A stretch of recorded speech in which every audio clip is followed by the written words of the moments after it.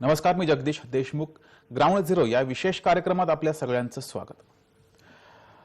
ठाण्यातील दिव्यांग मुलांसाठी दिव्यांग स्नेह उद्यान साकारले गेले. भाजपाचे राज्यसभा खासदार विनय सहस्रबुद्धे यांच्या खासदार निधीची मोठी मदत ठाणे महानगरपालिकेच्या या उपक्रमाला झाली आहे. दिव्यांग बांधवांसाठी राज्यातील पहिले दिव्यांग स्नेह उद्यान ठाण्यात तयार झालंय. पाहुयात खास वृत्तांत.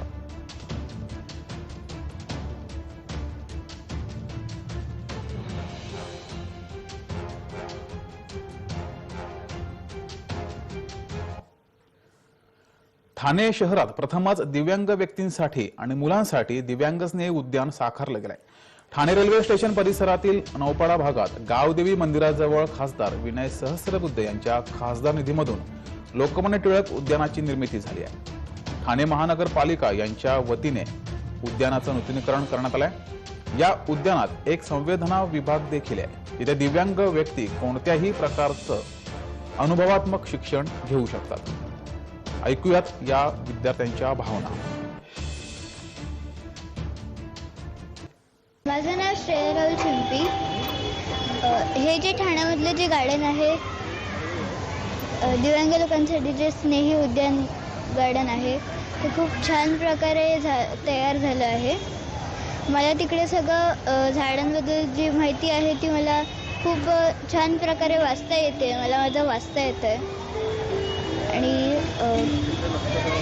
इकडे जे आहे इन्स्ट्रुमेंट वाद्य जे आहेत जलतरंग वगैरे, त्याच्याबद्दल मला खूप छान वाटतंय. इथे बऱ्याच प्रकारचे इन्स्ट्रुमेंट आहे जी ब्लाइंड मुलांसाठी इथे ते वाजवून त्याचा आनंद घेत आहेत, किंवा इथे जे काही झाडं वगैरे आहे किंवा जे महापुरुष आहेत त्याच्याबद्दल जी माहिती लिहिली आहे ही ब्रेलमध्ये लिहिली आहे. तर ह्यांना स्वतःला ती वाचता येते. म्हणजे आम्ही त्यांना नेहमी सांगतोच की त्याच्याबद्दल की बाबा हे लिहिलं आहे वगैरे, पण आता हे ब्रेलमध्ये लिहिलं असल्यामुळे ते स्वतः वाचू शकतात मुलं ज्यांना ब्रेल रीडिंग करता येतं. त्यामुळे त्यांची त्यांची काहीतरी नॉलेज त्यांना काहीतरी इकडनं येऊन मिळतं आणि आनंदही मिळतो. सगळ्या इन्स्ट्रुमेंट इथं आहेत, झायलोफोन वगैरे आहे. तर त्याचा ही मुलं खरंच नक्की काहीतरी चांगला फायदा ह्यांना होईल. हे उद्यान चांगला प्रयत्न आहे, उपक्रम चांगला आहे. आणि म्हणजे मला असं वाटलेलं की इथे म्हणजे बाग आहे, म्हणजे असं घसरगुंडी किंवा असं सीस वगैरे असं असेल, पण तसं काही नाही आहे. पण तरी जे आहे ते खूप चांगलं आहे. आणि जसा प्रोजेक्ट अजून डेव्हलप होईल तशा अजून गोष्टी याच्यात ॲड होत जातीलच. सो खूप चांगलं वाटतं इथे येऊन. फक्त थोड्या अजून डेव्हलपमेंट्स व्हायला हव्यात. खासदार विनय सहस्रबुद्धे यांच्या खासदार निधीतून लोकमान्य टिळक उद्यानाची निर्मिती झाली. ठाणे महानगरपालिकेच्या वतीने उद्यानाचं नूतनीकरण झालंय. भाजपचे राज्यसभा खासदार विनय सहस्रबुद्धे यांनी दिव्यांगांप्रती कळकळ व्यक्त केली आहे.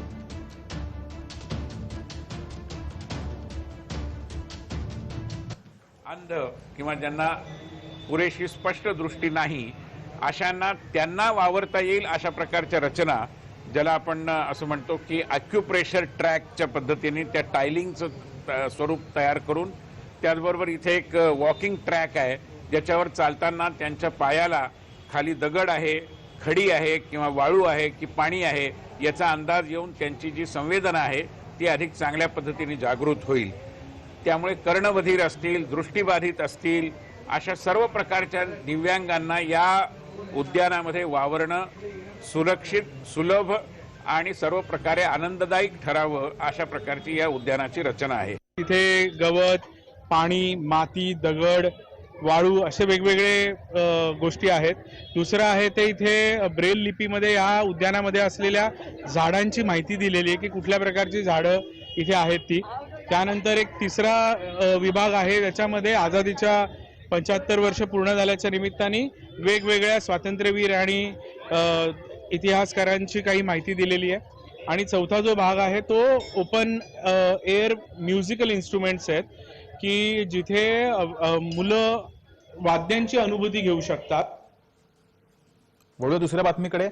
सातमाळ डोंगर रांगा आणि गिरणा तितूर डोंगर नदीच्या किनारी वसलेला चाळीसगाव तालुका. महानुभाव साहित्यात चाळीसगाव तालुक्याचा उल्लेख सापडतो. शेकडो वर्षांपूर्वी मात्र हा भूभाग समृद्ध असल्याच्या नोंदी प्राचीन साहित्यात दृष्टीस पडतात. मात्र गेल्या अनेक वर्षांपासून चाळीसगाव दुष्काळी तालुका म्हणून गणला जातोय. येथील शेतकऱ्यांच्या अथक प्रयत्नामुळे तालुक्याचे रूपडे पालटले. पाहूया याविषयीचा हा विशेष वृत्तांत.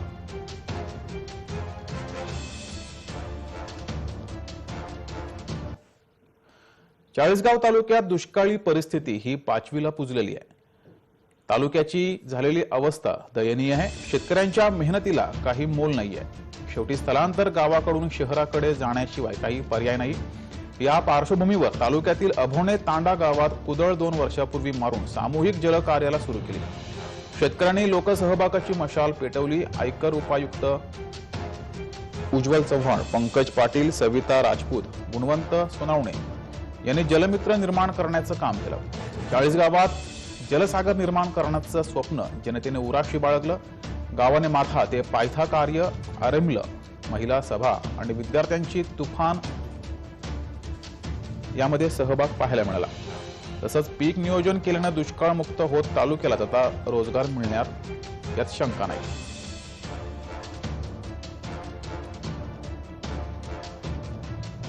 वर्षांपासून 21 गावांमध्ये 165 कोटी लिटर एवढं जलसंधारणाचं काम आम्ही हाती घेतलं। त्याच्यातून 50,000 शेतकऱ्यांना फायदा झाला। या कामाचं वेगळेपण म्हणजे या कामात गावाचा लोकसहभाग, मशीन आम्ही पुरवलं, गावाचा लोकसहभाग आणि संस्थेची मदत असं त्रिसूत्री पद्धतीने गावागावांमध्ये काम उभं राहिलं। येणाऱ्या काळात आम्ही 26 गावांचे तलावांसाठीचे DPR बनवले असून एक गाव एक तलाव ही संकल्पना आम्ही चाळीसगाव तालुक्यात 26 गावांमध्ये राबवत आहोत। आम्ही गेल्या 5 वर्षापासून जलसंधारणाची कामे करत आहोत। लोकसहभागातून आणि NGOच्या मदतीने नद्यांचे, नाल्यांचे खोलीकरण, रुंदीकरण, शेतकऱ्यांची शेतातली बांधबंदिस्ती, बंधाऱ्यांची दुरुस्ती, पाणंद रस्ते त्यांची दुरुस्ती इत्यादी कामे लोकसहभागातून केली जातात। डिझेल टाका आणि मशीन वापरा या तत्वावर शेतकऱ्यांना NGOs कडून पोकलॅन मशीन किंवा JCB मशीन उपलब्ध करून देते। यामध्ये भारतीय जैन संघटना, नाम फाउंडेशन, सकाळ रिलीफ फंड आणि रोटरी क्लब चेंबूर यांचा आम्हाला मदत होत आहे। शेतकरी या उपलब्ध मशीनमध्ये डिझेल टाकतात आणि आपली स्वतःची कामे स्वतःच करून देतात। आतापर्यंत 4 जिल्ह्यातील 34 गावांमध्ये 208 कोटी लिटर इतका साठोपा झालेला आहे। 45,000 झाडांचं वृक्षारोपण करण्यात आलेलं आहे। यामुळे भूजल पातळीमध्ये वाढ दिसून येत आहे आणि त्याचबरोबर भूजल पातळीमध्ये वाढ झाल्यामुळे विहिरींना मुबलक पाणी उपलब्ध होत आहे आणि त्यामुळे खरीपाचा हंगाम शाश्वत येतोच, त्यासोबतच रब्बीचाही हंगाम शाश्वत येत आहे। जळगाव जिल्ह्यातील 40 गावात कापूस, भुईमूग, मिरची, केळी, मोसंबी, कुळीथ, ऊस, लिंबू इत्यादी पिके घेतली जातात। गेल्या 2 वर्षात आता 40 तालुका जलसंधारणात आगेकूच करतोय। यांची आगेकूच कशी आहे, कसं साध्य केलं पाहूयात।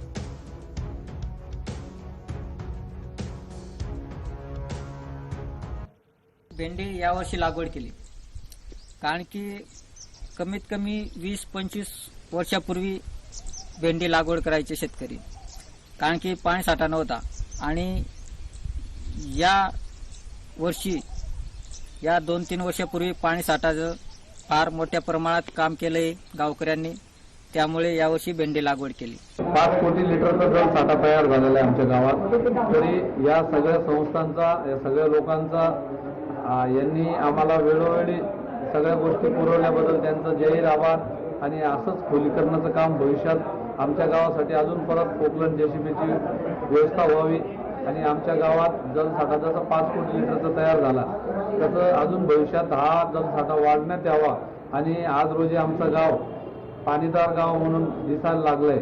आज आमच्या शोषखड्ड्याच्या माध्यमातून जर म्हटलं तर दररोजचं 50,000 लिटर पाणी जिरतं आमच्या गावात। तर महिन्याचं जर पकडलं हिसाब आपण तर 250 कुटुंब गुणिले 200, दररोजचं 50,000 गुणिले 30 दिवस म्हणजे आपल्याला महिन्याला 15 लाख लिटर पाणी हा शोषखड्ड्याच्या माध्यमातून जिरतो। आणि 15,000 गुणिले 12 महिने जर पकडले आपण तर वर्षाला आपला 1,80,00,000 लिटर पाणी आपल्या शोषखड्ड्याच्या माध्यमातून आमच्या गावात पुरवला जातो। आज रोजी आमच्या गावात शोषखड्ड्याच्या माध्यमातून ATM तयार करण्यात आलं, म्हणजे भविष्याचं जे पाणीचं समस्या येणार आहे ती आज रोजी आम्ही त्याच्यावर मात केली म्हणून आज आमचं गाव पाणीदार गावाच्याकडे वाटचाल करत आहे। गेल्या अनेक वर्षांपासून 40 तालुका दुष्काळी अवस्थेत होता, मात्र तालुक्यातील शेतकरी आता जलवारकरी झालेत। या मोहिमेत महिलांनी, तरुणांनी तालुक्याचं रूपडं पालटवून टाकलंय। 2018 पर्यंत पाण्याची टंचाई होती, मात्र आता 2 वर्षानंतर चाळीसगाव तालुका जलसंधारणात आगेकूच करतोय. चाळीसगावात कापूस, भुईमूग, मिरची, केळी, मोसंबी, कुळीथ, ऊस, लिंबू इत्यादी पिके काढली जातात. तसेच येथे बीज संवर्धन केंद्र असून कापूस व भुईमुगाची बाजारपेठ आहे. ब्रेक नंतर आपल्या सगळ्यांचं स्वागत. बातमी सोलापुरातून. सोलापुरात भाकरीने इतिहास घडवलाय. सोलापुरातील ज्वारीची कडक भाकरी आणि खमंग शेंगदाण्याची चटणी हे प्रसिद्ध खाद्यपदार्थ आहेत. यातील ज्वारीच्या कडक भाकरीचा इतिहास, या भाकरीने इतिहास घडवलाय. ही कडक भाकरी अमेरिकेत पोहोचली आहे. पाहूया या संबंधी हा विशेष वृत्तांत.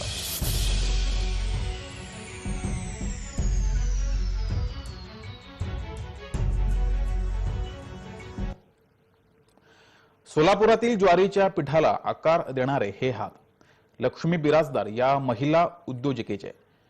फक्त 9वी शिक्षण झालेल्या लक्ष्मी सुरेश बिराजदार यांच्यामुळे आपल्या महाराष्ट्रातील भाकऱ्यांची विदेशात विक्री होती आहे. लक्ष्मी बिराजदार यांनी ज्वारीच्या कडक भाकरीच्या व्यवसायात 2013 मध्ये सुरुवात केली. प्रथम 2 महिलांना सोबत घेऊन त्यांनी हे काम सुरू केलं. आता त्यांच्याकडे 15 महिला काम करतात.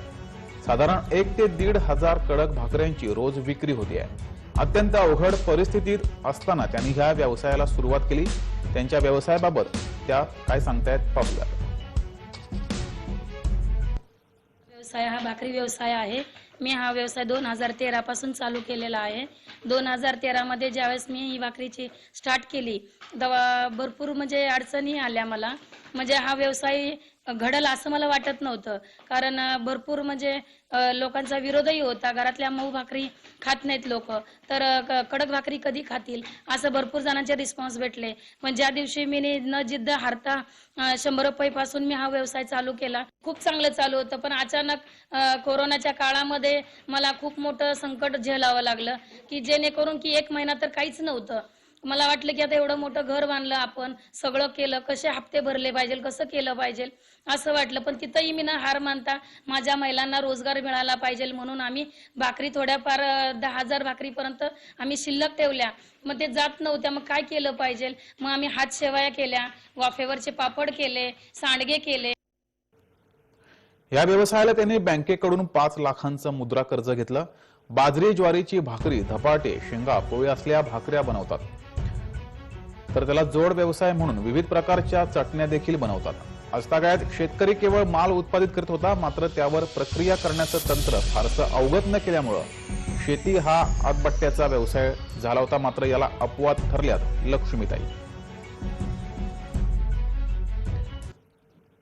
लक्ष्मी बिराजदार मैत्रीण आहेत माझे. मग त्यांनी भाकरीचा व्यवसाय सुरू केला. मग त्यांनी म्हणले दोघी मिळून आपण व्यवसाय सुरू करू. काहीतरी घरात बसून रिकामा वेळ घालण्यापेक्षा घरी आपल्या खर्चाला पण मदत होते.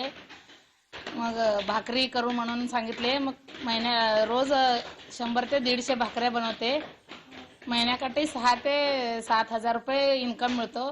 मग त्यातूनच मुलांचा शाळेचा खर्च, तेवढंच पुरुषांना पण आधार मिळते.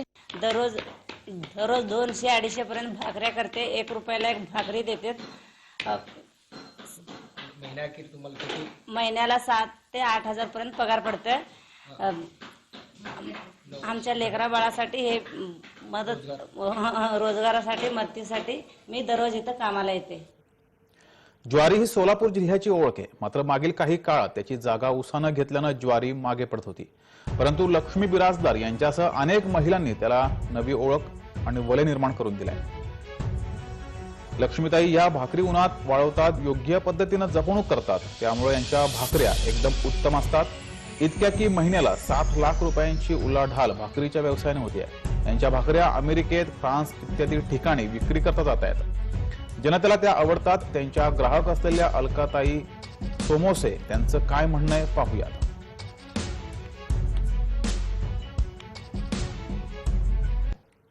मी भाकरी यांच्याकडून बनवलेलं मी घेऊन जाते. मग कार्यक्रमाला ह्याला त्याला मी लागेल दररोज माझ्या भाकरी घेऊन जाते. मी कमीत कमी दररोज 50 तर भाकरी नेते आणि कार्यक्रमाच्या वेळेस 200-250 भाकरी घेऊन जाते मी इथे. घरी बनवण्यात आणि विकत घेऊन जाण्यात परवडतं का? परवडतं सगळं. काय वाटतं कसं काय फरक असेल? कसं वाटतं म्हणजे कडक भाकरी एवढ्या असं पातळ बनवता येत नाही घरी. बनवणारे पण घरी असं कमी येते, बनवणारे नाही, म्हणून हेच परवडतं विकत घेणं, आणि घरात बनवणं तेच पडतं, म्हणून विकत घेऊन जातो. वळूया आणखीन एका वेगळ्या बातमीकडे. निसर्गाचा सफाई कामगार असणारा गिधाड जातीचा पक्षी मावळात देशात नामशेष होण्याच्या मार्गावर असून हा पक्षी पाहणं ही दुर्मिळ गोष्ट झाली आहे.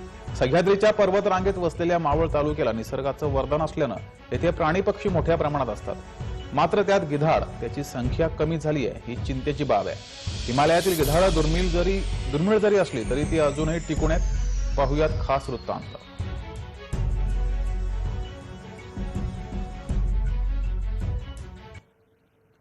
जगातील सर्वात प्राचीन आणि मोठे गिधाड हे हिमालयात टिकून आहे. काश्मीरातील किब्बन भागातील गिधाडाचं हे दृश्य तुम्ही पाहताय. याबाबत या संदर्भात पक्षी अभ्यासक पराग दांडगे यांचं निरीक्षण आहे. त्यांनी काय निरीक्षण नोंदवलंय ऐकूयात.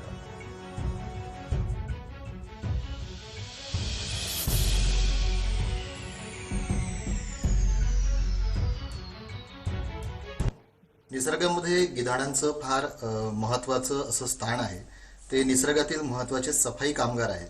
पण अनेक वेगवेगळ्या आजारांमुळे आणि काही औषधांचा अतिवापरामुळे या गिधाडांची संख्या लक्षणीय प्रमाणात घटली आहे आणि आज ते क्रिटिकली एंडेंजर्ड आहेत. व्हिडिओमध्ये दिसणारा जो गिधाड आहे ते ग्रिफन वल्चर त्याला म्हणतात आणि फार असं उंचावर अगदी तिबेटियन प्लाटूवर वगैरे हे गिधाडं मोठ्या प्रमाणावर आढळतात.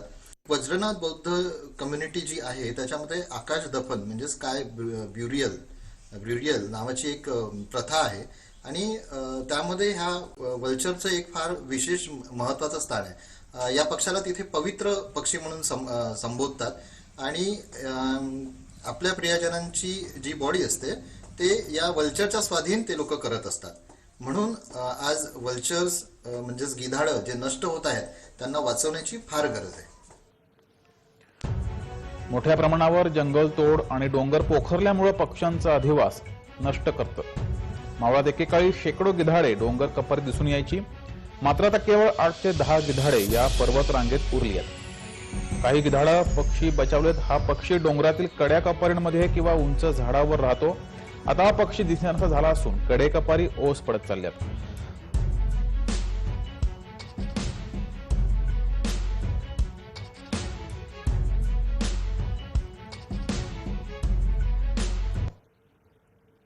मोठ्या प्रमाणावर जंगलतोड आणि डोंगर पोखरल्यामुळे पक्ष्यांचा अधिवास नष्ट होत चाललाय. मावळात तर मोठ्या प्रमाणात हे पक्षी कमी होत चाललेत. मावळातील ओहळे, करंजगाव, तासुबाईचा डोंगर, विसापूर किल्ला, वाघेश्वर डोंगर, आजिवली किल्हाट, निगडे या डोंगर माथ्यावर गिधाडांचं वास्तव्य असायचं. आता मात्र मावळ तालुक्यातील निगडे, कल्हाट या भागातील डोंगराच्या कपारीत 8 ते 10 गिधाडांचं वास्तव्य दिसून येत आहे. हे का झालं पाहूया पक्षी निरीक्षक अविनाश नगरे यांचं अभ्यासपूर्ण निरीक्षण तसेच ग्रामस्थांचं म्हणणं. महाराष्ट्रामध्ये 3 प्रकारची गिधाडं सापडतात सध्या तरी. त्याच्यामध्ये लॉंगबिल वल्चर आहे, ते पूर्ण नामशेष व्हायच्या मार्गावर झालेलं आहे. त्यानंतर अजून एक जे आहे इजिप्शियन वल्चर ज्याला म्हणतो आपण, पांढरे गिधाड, ते पण दिसत नाहीये. आज आपल्या मावळ्यामध्ये निगडे, कलाट या डोंगरांमध्ये त्याचं अस्तित्व दिसत होतं, पण आता ती पण पूर्ण दिसत नाहीये. तिसरी जात आहे आपली लॉंगबिल वल्चर, ज्याला मोठ्या चोचीचं गिधाड असं म्हणतो. त्याची संख्या होती आपली 2015 मध्ये जो आम्ही काउंट घेतला तो 22 ते 25 पर्यंत होता. आता हाच काउंट ह्या वर्षी 4 ते 5 याच्यावर आलेला आहे. पाण्याच्या माध्यम हे रक्ताच्या माध्यमातून दिलं जातं. राहिली दुसरी गोष्ट म्हणजे पिल्लू जेवढं सक्षम मोठं झालं की त्या पिल्लाला उन्हापासून संरक्षण करण्यासाठी जसा मोर आपला पिसारा फुलवतो तसा शेपटीचा पिसारा फुलवून उन्हाच्या जी काही किरणे आहेत किंवा उन्हाचा तडाखा ह्याच्यापासून आपलं डोकं वाचवण्यासाठी वेळप्रसंगी शीर्षासनाची पण पोच देते. शीर्षासन, खाली डोकं आणि वर पाय अशा परिस्थितीत ते पिल्लू बसून राहतं जोपर्यंत ऊन एका बाजूने दुसऱ्या बाजूला जात नाही. असं निसर्गाने प्रत्येकाला काही ना काही दिलेलं आहे. आता त्यांची संख्या आता 2 वर्षापूर्वी 25-26 होती. आता त्याच्यानंतर गेल्या वर्षी 17 होती. आता ह्या वर्षी बरीचशी कमी झाली. तर मला वाटतं एक 4-5 आहेत. आता पूर्वी जेवढी असायची त्याच्यापेक्षा आता 2% फक्त राहिल्यात. आणि आता जी मोठी पक्षी आहेत, मोठी गिधाड आहेत, ती पावसाळ्याच्या सुरुवातीला पूर्व पट्ट्यात जातात. 10 गेली तर येताना कमी येतात, ती कुठे जातात माहित नाही. दरम्यान मावळातल्या गिधाडांबाबत तपशील पाहूया ग्राफिक्सच्या माध्यमातून. 1990 पर्यंत देशातील 95% गिधाडे ही नामशेष झाली आहेत. 2006 मध्ये केंद्र शासनाची जनावरांच्या डायक्लोफिनॅक या औषधावर बंदी घातली आहे. गिधाडा पक्षी वर्षातून एकच अंड घालतो. मावळात सर्वेक्षणानुसार जेमतेम 8 ते 10 गिधाड पक्षी आहेत. पांढऱ्या पाठीची आणि दुसऱ्या मोठ्या पंखाची गिधाडे आहेत.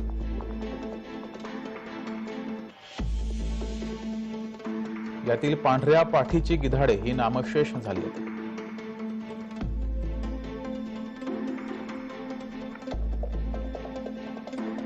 तर मोठ्या पंखांची गिधाडे ही नामशेष होण्याच्या मार्गावर आहेत.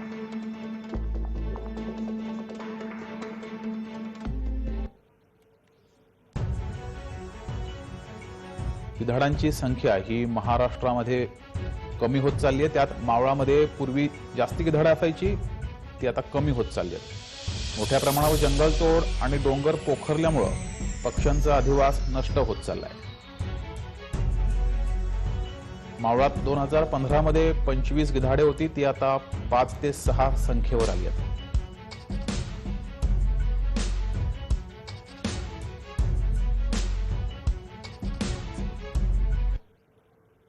ग्राउंड झिरोमध्ये इतकंच. सर्व प्रेक्षकांना जय महाराष्ट्र.